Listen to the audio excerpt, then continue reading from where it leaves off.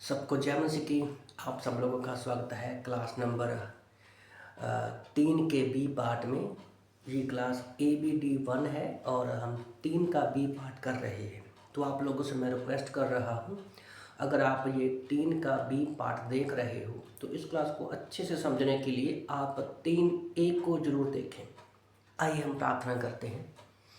सर्वशक्तिमान परमेश्वर हम आपके धन्यवाद करते हैं प्रभु, अब तक आपने हमें संभाल के रखा प्रभु।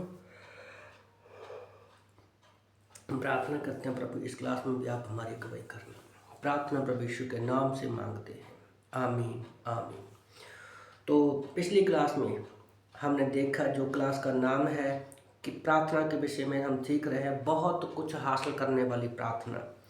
तो उसमें हमने देखा था कि कैसे गतसमनी के बाग में पहला पॉइंट देखा था कि बहुत कुछ हासिल करने वाली प्रार्थना, जिसमें हमने देखा था कि इब्रानी 11:6 में परमेश्वर का वचन कहता है कि लगातार परमेश्वर को खोजते हुए हमें प्रार्थना करनी है। फिर हमने ये भी देखा था प्रार्थना में युद्ध कैसे गतसमनी के बाग में यीशु मसीह प्रार्थना में एक युद्ध हम देखते हैं उसके और शैतान के बीच में, और कैसे फिर स्वर्गदूतान को आके संभालता है। और पौलुस भी वो कहता है कि आप मेरे लिए प्रार्थना करो। और हमने ये भी देखा था कि कैसे जब हम प्रार्थना करते हैं तो परमेश्वर का सुसमाचार पूरी दुनिया में फैलता है और हमारे लिए द्वार को खोलता है।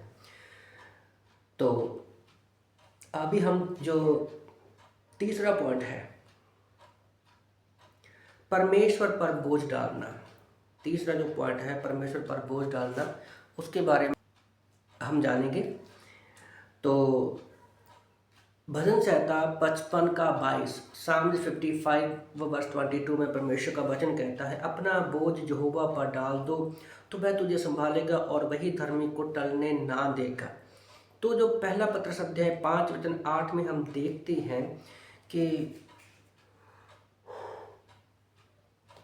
शेर जो है, शैतान जो है कि शेर की तरह दहाड़ता है। तो उसके लिए एक यूनानी 3 शब्द है, और वो जो दहाड़ने वाला काम है ना, वो कभी खत्म नहीं हुआ। आज भी वर्तमान रूप में वो कंटिन्यू चल रहा है। आज भी वो जब लोग प्रार्थना में बैठते हैं उनको फाड़ खाने के लिए वो हमेशा तैयार रहता है।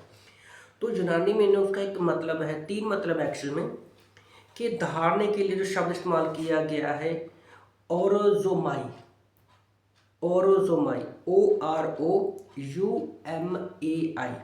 और फिर उसका पहले वो दहाड़ता है और वह घूमता है। घूमने के लिए शब्द जो इस्तेमाल किया गया है वो है पैरापेटाओ, पैरापेटाओ PERAPATEO, पैरापेटाओ। और तीसरा, हमेशा खोजता रहता है, तो जेटेओ, जेटेओ ये यूनानी शब्द इस्तेमाल किया गया है। तो मतलब शैतान पहले घूमता है और वो पहले दहाड़ता है, फिर घूमता है और फिर खोजता है हमें। वो इस खोज में रहता है कि किसे फाड़ खाए, मतलब बिल्कुल भी आराम नहीं करता है। शैतान इस संसार की व्यवस्था के हर एक हिस्से में पहल करने में प्रयास करता है, पर परमेश्वर संस्थानों पर हमला करता है और वह चाहता है कि उन्हें संसार के मापदंडों के द्वारा परिभाषित करे। यही कारण है कि प्रार्थना आत्मिक जीवन के लिए अति महत्वपूर्ण है। इसके माध्यम में विश्वासी सचमुच मसीह के साथ काम करता है, जो लगातार पिता के सामने निवेदन करता रहता है। तो शैतान दहाड़ता है, फिर घूमता है और हमेशा खोजता रहता है कि किसको फाड़ खाए। तो इसलिए परमेश्वर के साथ लगातार प्रार्थना में बने रहना बहुत जरूरी है। प्रार्थना की कमी जब हमारे जीवन में आती है तो गलत भावनाओं को वो इकट्ठा कर देती है। इब्रानी की किताब अध्याय 10:25 और मत्ती 28:20 में अन्य कई पंक्तियों बताती हैं कि स्थानिक तौर पर ऐसा नहीं हो सकता।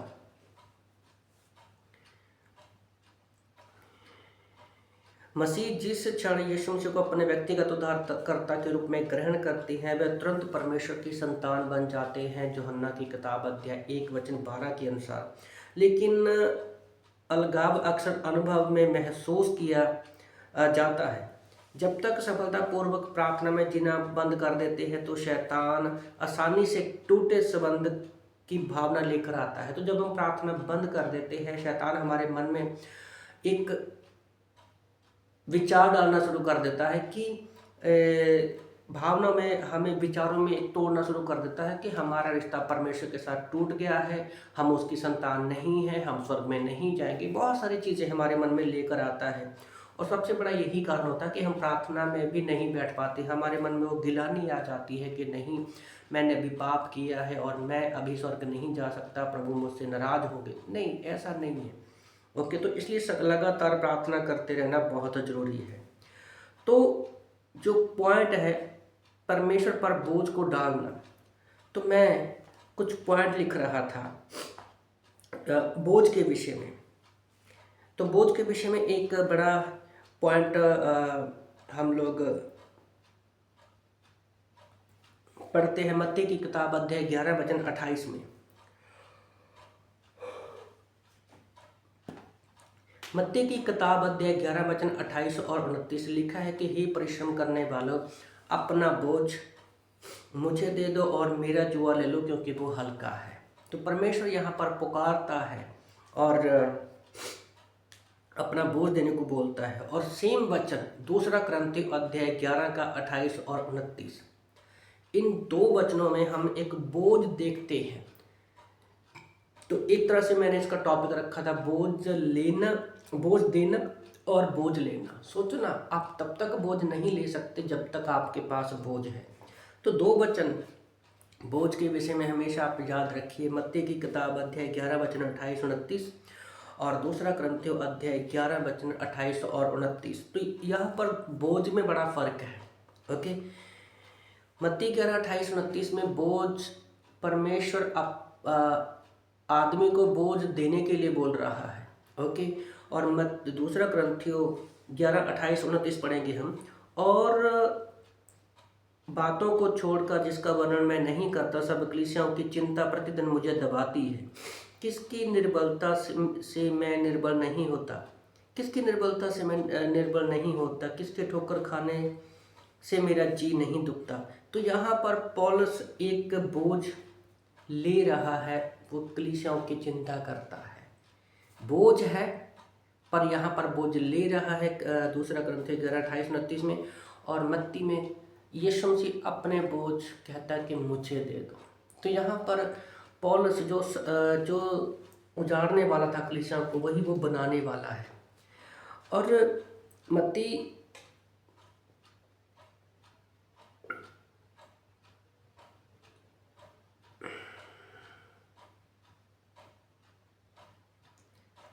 ओके, तो ये एक बड़ी अच्छी बात है। ओके, तो मत्ती 11 28 के बारे में तो हमें पता ही है, पर मत्ती दूसरा कुरिन्थियों 11 28 29 में बोझ हमें किस चीज़ का लेना है।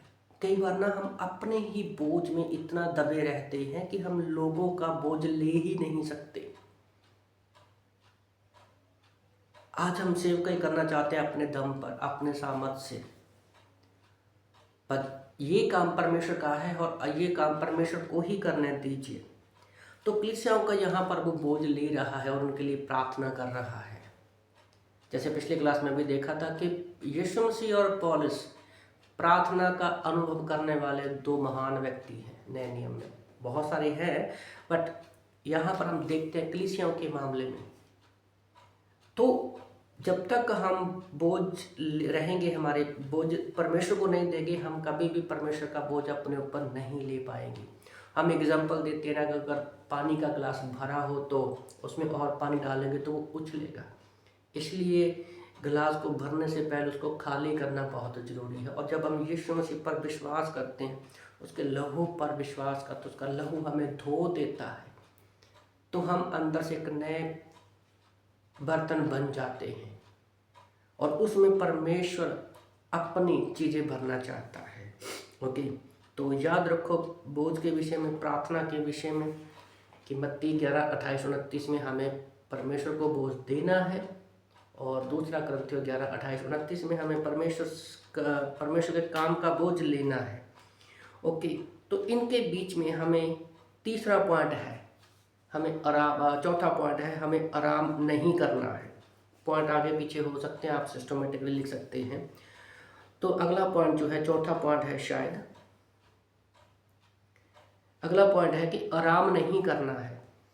तो यशाया की किताब अध्याय 62 वचन 6 और 7 में, इज़ाया चैप्टर 62 वर्स 6 और 7 में परमेश्वर का वचन कहता है, हे यरूशलेम, मैंने तेरी शहर बना पर पहरुए बैठाए हैं, वे दिन रात कभी चुप ना रहेंगे। ही यहोवा को स्मरण करने वालों, चुप ना रहो, और जब तक यरूशलेम को स्थिर करके उसकी प्रशंसा पृथ्वी पर ना फैला दे, तब तक उसे भी चैन ना लेने दो।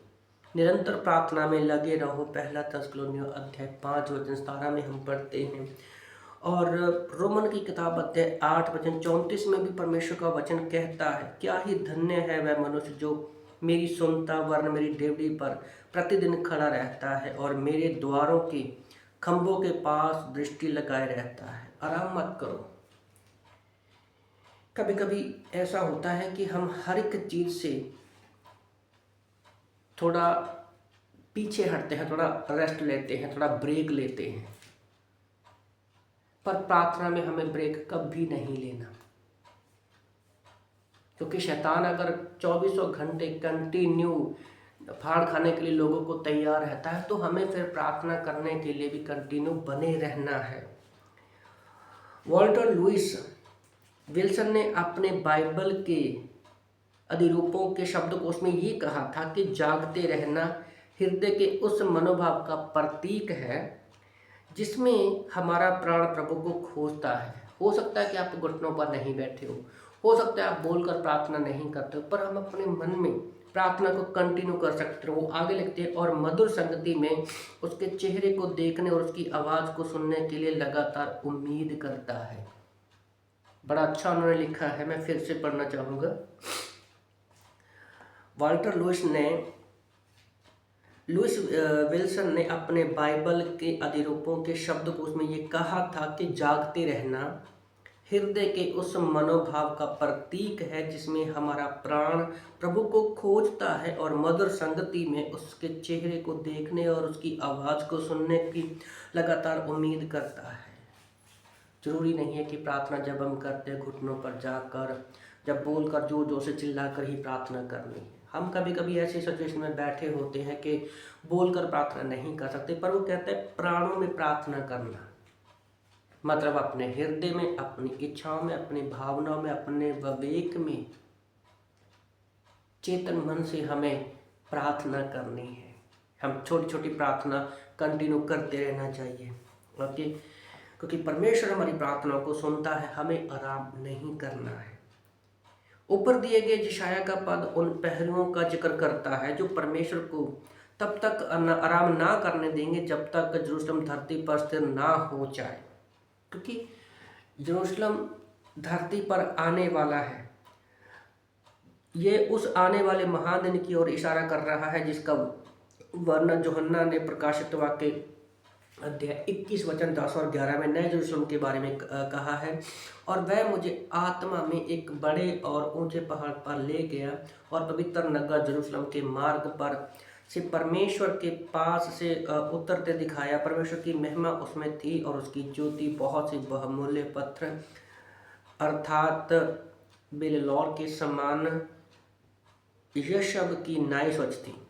ओके, तो तब तक जब तक यीशु मसीह का राज्य नहीं आ जाता तब तक हमें कंटिन्यू प्रार्थना करनी है। यशाया का पद ये समझाता है, ओके, क्योंकि धरती एक दिन नाश कर देंगे परमेश्वर और यरूशलेम धरती को बिल्कुल नया बनाएंगे और यरूशलेम भी ऊपर आकाश से बना बनाया उतरेगा, क्योंकि यहाँ पर अब तक 2 बार मंदिर बन चुका है, दोनों बार वो नष्ट हो चुका है।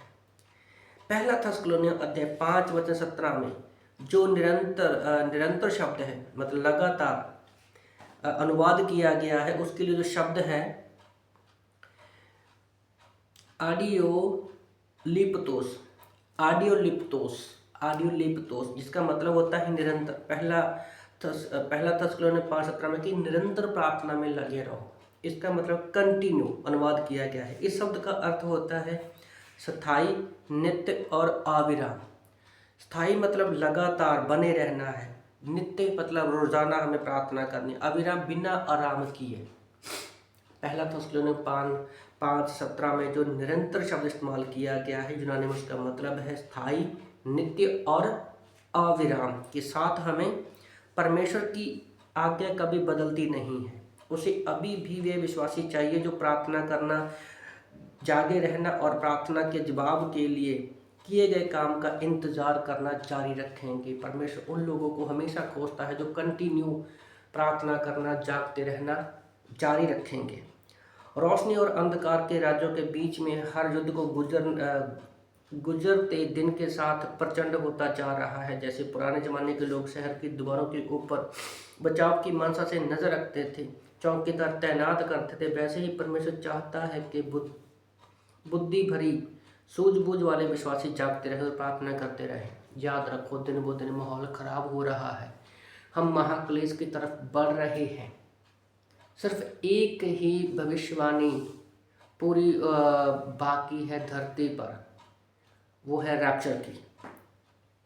इतनी भविष्यवाणी की गई हैं, ओके, क्योंकि अंत के दिनों में एक बड़ी भविष्यवाणी 1947-48 में, मैं कन्फर्म नहीं है मुझे, तो 1948 में इजराइल को परमेश्वर ने कहा था कि ये बन जाएगा। 1900 साल बाद वो बन गया था, यहूदी कंट्री बन गया था। तो वो भविष्यवाणी पूरी हो गई। अभी सिर्फ धरती पर जो सबसे बड़ी भविष्यवाणी पूरी होनी बाकी है वो है रैप्चर, ओके।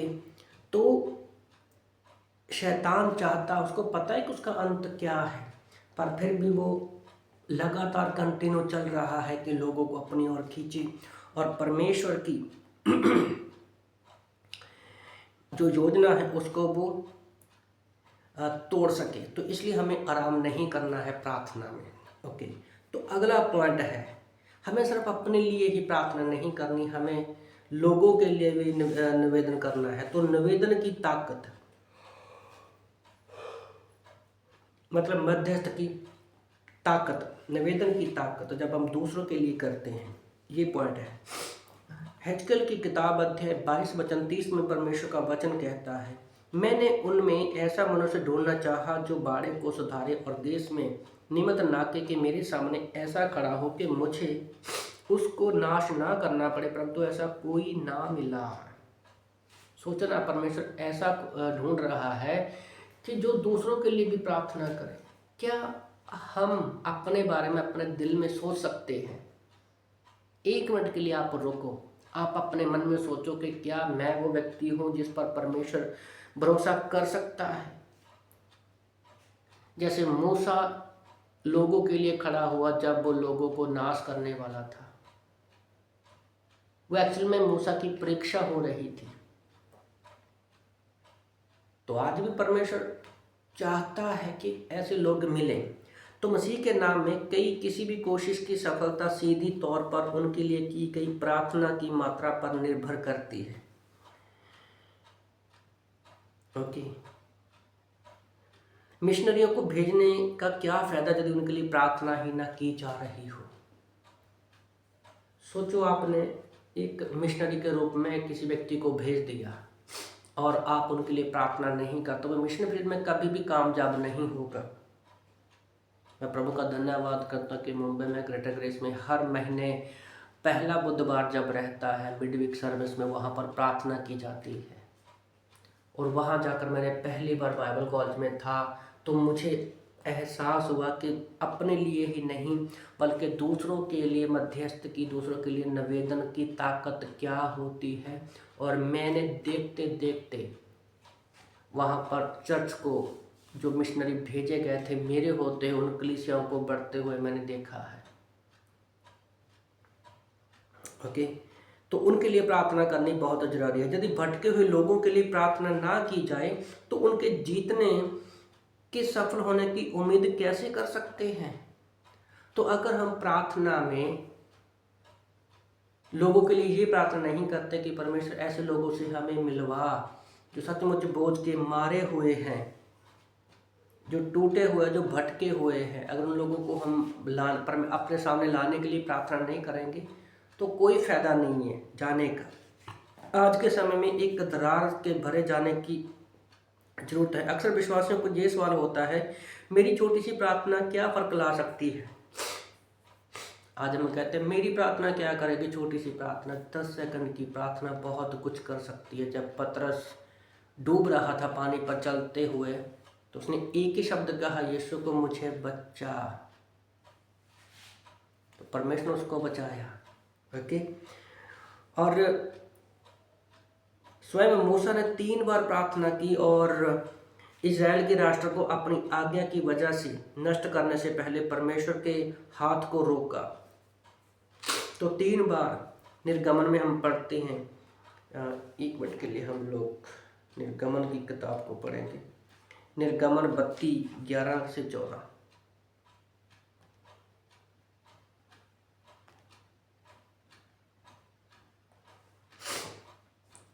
निर्गमन 11।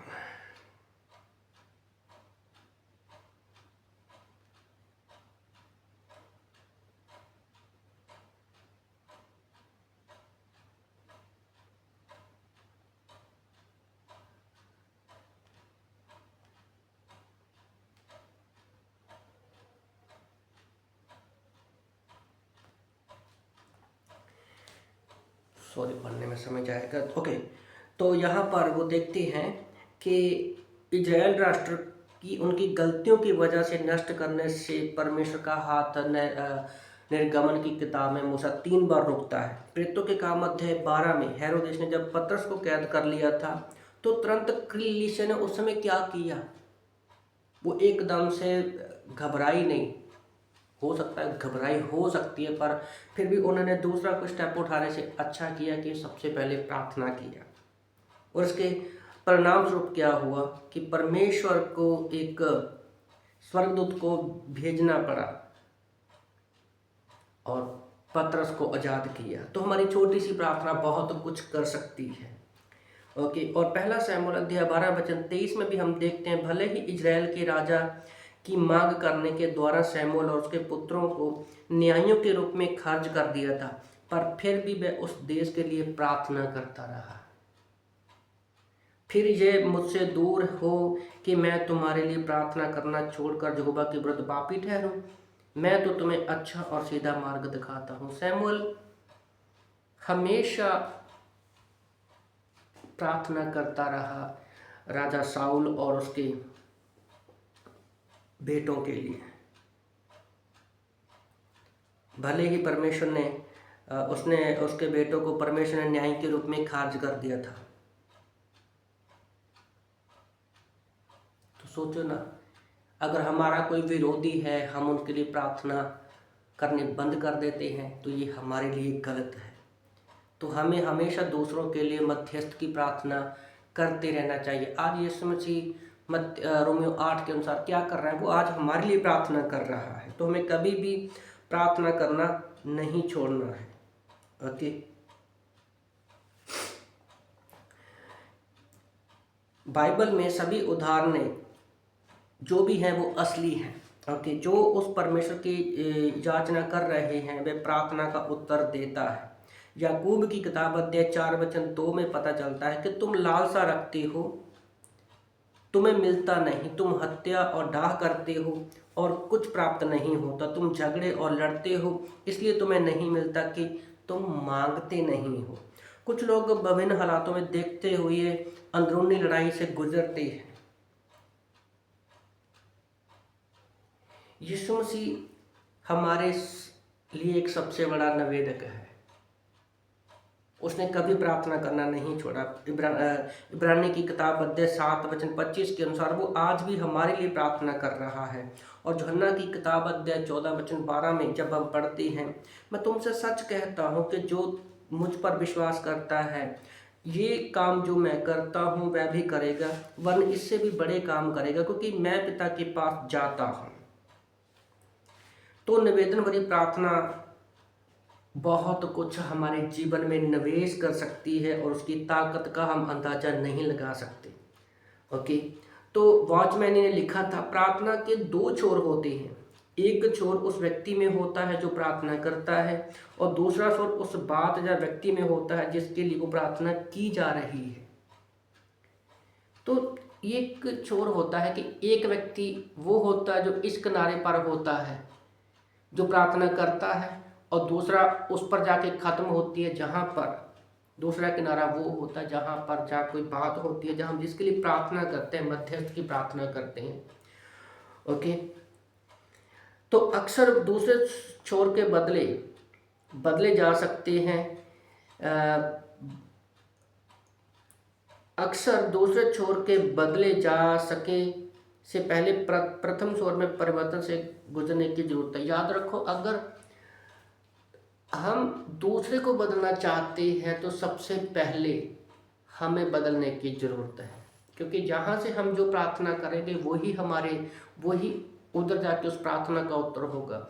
मत्ती की किताब अध्याय 18 में परमेश्वर का वचन क्या कहता है कि तुम जो धरती पर बांधोगे वो स्वर्ग में बांधा जाएगा, तुम जो धरती पर खोलोगे वो स्वर्ग में खोला जाएगा।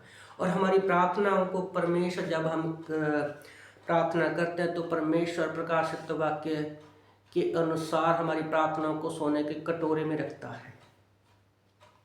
वो हमारी प्रार्थनाओं को सोने के कटोरे में रखता है।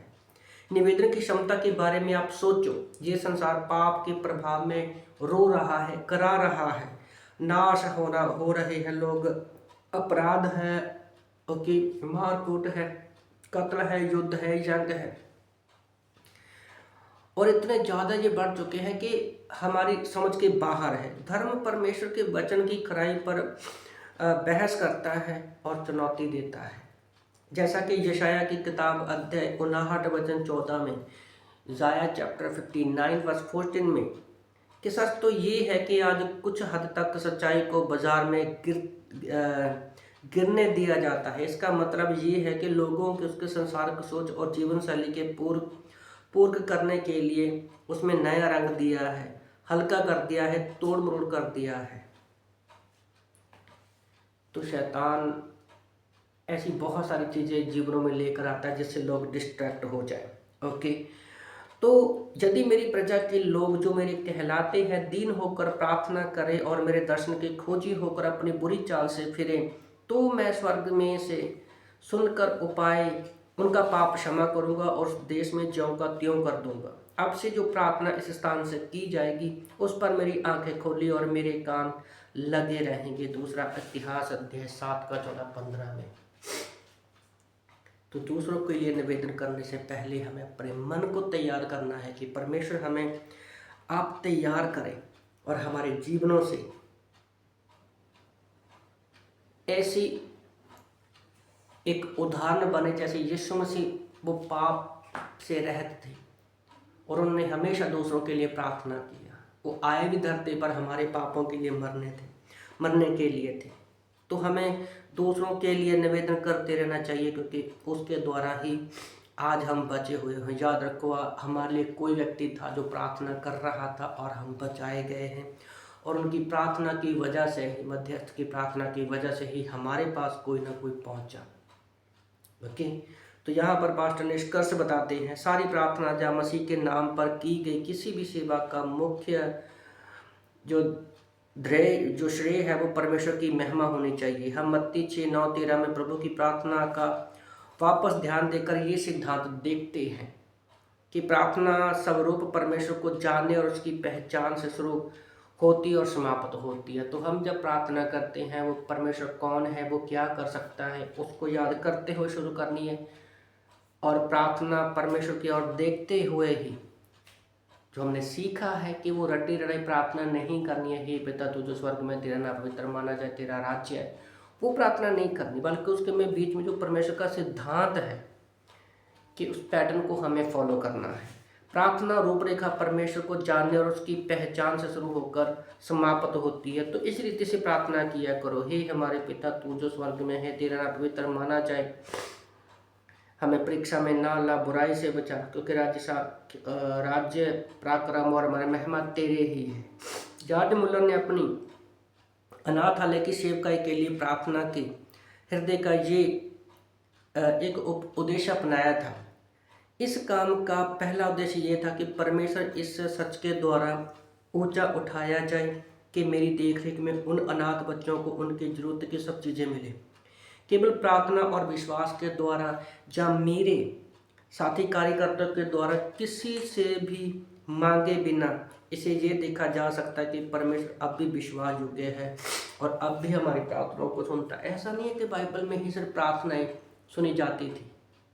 बाइबल के समय में, जब पुराने ज़माने में, आज भी परमेश्वर हमारी प्रार्थना को सुनता है जब हम करते हैं। जब प्रार्थना में विश्वासी की प्रेरणा परमेश्वर की महिमा होती है तो प्रार्थना गलत होने की कोई समस्या नहीं होती।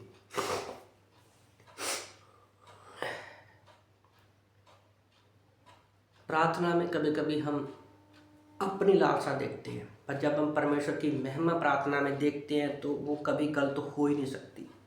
परमेश्वर की बात जोड़ने में धैर्यवान होता है, ये मसीह के साथ बना रहता है, वह जान कर कि उसका जवाब उचित समय पर आएगा। प्रार्थना करने के बाद हम जल्दी नहीं कहते कि अभी होना चाहिए। हम ये धैर्य रखते हैं, धीरज रखते हैं और विश्वास रखते हैं कि परमेश्वर अपने समय में हमारी प्रार्थना का उत्तर जरूर देगा।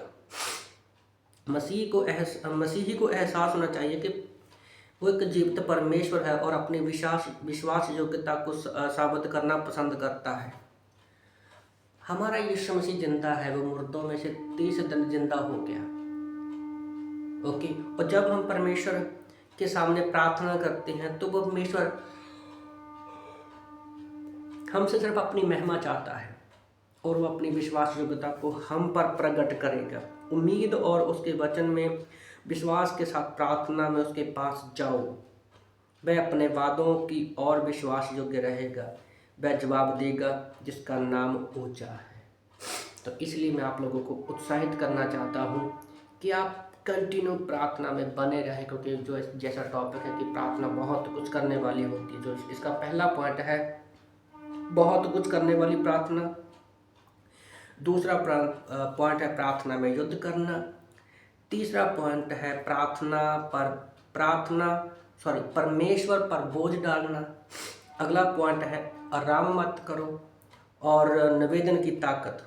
तो इन पॉइंट को आप अपने जीवन में लागू करते हुए गवाहियों के साथ आप उठोगे। याद रखो, आपकी छोटी सी प्रार्थना बहुत कुछ हासिल कर सकती है। तो मैं आप लोगों को उत्साहित करना चाहता हूं कि क्लास 3 का ए और बी पार्ट आप दोनों देखें और इसका छोटा सा असाइनमेंट है। ओके, तो आप असाइनमेंट हमसे ले सकते हो और 1 हफ्ते के अंदर अंदर आपको इस असाइनमेंट को करना है। तो प्रभु आप सबको आशीष दे। आइए हम प्रार्थना करते हैं। प्रभु, हम धन्यवाद करते हैं समय के लिए। प्रार्थना करता हूँ पिता परमेश्वर के जो भी आज हमने सीखा प्रार्थना के विषय में, सचमुच प्रभु आप हमें सिखाएं कि हमारी प्रार्थना भी बहुत सारे फलों को लेकर आने वाली हो। पिता, हमें वो धैर्य देना पिता परमेश्वर के हम धीरजवान बने रहे कि आप समय आने पर प्रार्थना का उत्तर दोगे, क्योंकि आप हमेशा अपनी प्रार्थना का उत्तर देते हो। हमारी प्रार्थनाओं को आप सोने के कटोरे में रखते हो पिता परमेश्वर। धन्यवाद करता हूँ पिता परमेश्वर। अगर कोई भी यहाँ पर जो है सुन रहे हैं प्रभु, यूट्यूब के माध्यम से लाइव देख रहे हैं पिता परमेश्वर, अगर उनके जीवन में प्रार्थना की कमी है तो आप उनको प्रार्थना की योद्धा बनाना पिता परमेश्वर। धन्यवाद प्रभु यीशु, आपने हमारी सारी प्रार्थना को सुना है। अगली क्लास के लिए भी प्रार्थना करते हैं प्रभु की किसी तरह की कोई रुकावट ना हो, दिक्कत परेशानी ना हो, वो भी जल्दी से जल्दी हम लोग करें प्रभु जी, इस मिस्टर को ख़त्म कर सकें। प्रार्थना प्रभु यीशु के नाम से मांगते हैं, आमीन आमीन। सबको जय मसीह की।